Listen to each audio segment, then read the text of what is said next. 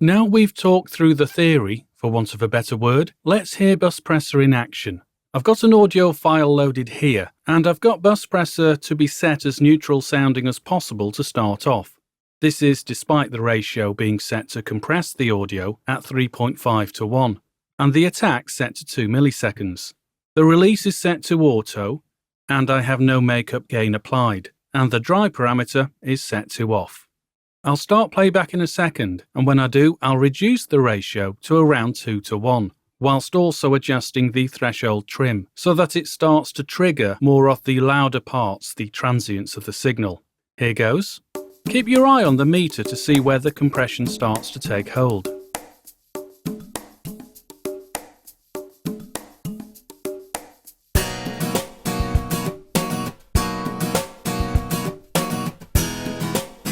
It's still quite subtle, set at 16 here on the threshold trim dial.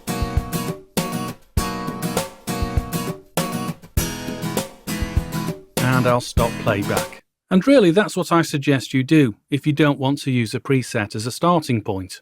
Initially start off with subtle compression, watch the gain reduction in the meter being applied, and listen carefully how the effect affects the sound.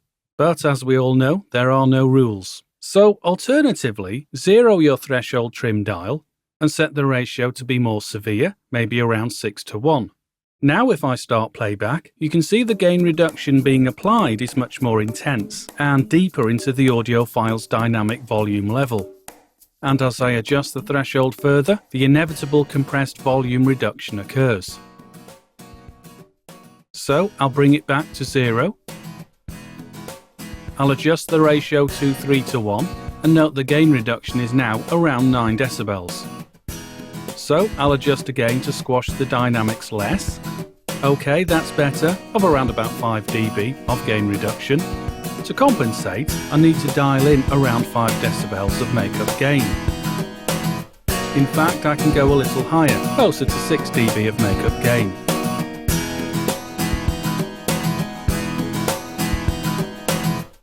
And I'll stop once more. So that's the sound of BussPressor when carefully used to compress the audio. However, we don't want to stop here, do we?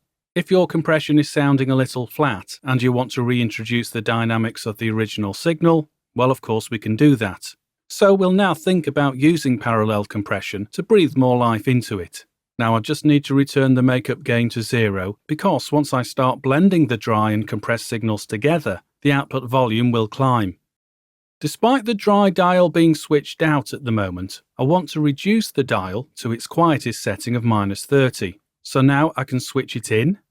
This means as I start to combine it with the compressed version, it won't blast my monitors. I'll leave everything else set at the compression I set a moment ago, and I'll start playback once more. We're only hearing the compressed version at the moment. Let's dial up the dry signal to combine them. As I increase the dry signal, you can hear the original transients poking through.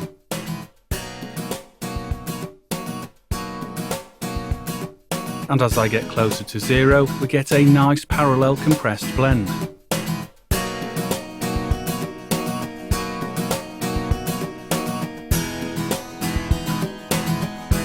But be careful, if you adjust the threshold, you might start to digitally clip, so leave yourself some headroom. Okay, now I am actually still clipping slightly, but I'll correct that in a moment, because I want to focus on the sidechain high-pass filter now. Presently it's set to 20 Hz, its lowest setting. As I increase it, you'll notice the lower frequencies don't affect the compression of the higher frequencies. I'll adjust the threshold again. I'm still clipping, so I could rebalance the dry and compressed blend by reducing the compressed output level. And by backing up the dry signal too, well, this helps avoid clipping.